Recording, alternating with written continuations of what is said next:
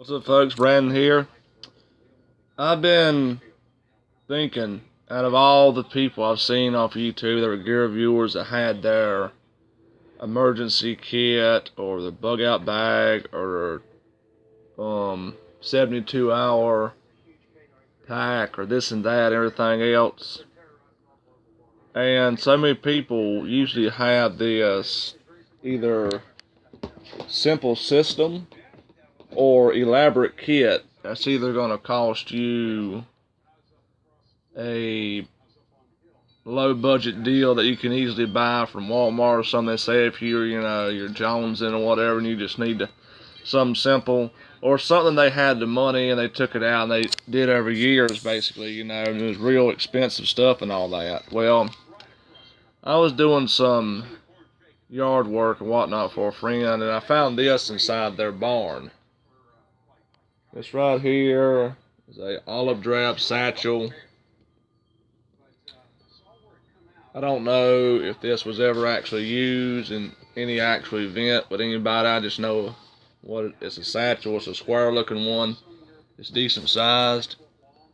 Okay, and this right here is something I got years ago out of a magazine. It's got a decent belt loop. I think it had something else I took off of it, maybe. Not really sure, but maybe. It's got these metal things right there I think you can also use to hang on your belt. It comes with a spoon, a fork, and it's supposed to have a knife. Sadly, I have either lost or misplaced a knife, sadly. The knife had a regular knife and also had a saw and a can opener on it. And those were the three things that the knife had. Simple stuff. Well, anyway, the reason I'm showing these two main things, I honestly think it's better to start off more small with something like this and something similar to this, for a start-off kit, I mean, people always need a kit for the vehicle breaks down and do all the simple stuff, or to replenish this or that in the vehicle.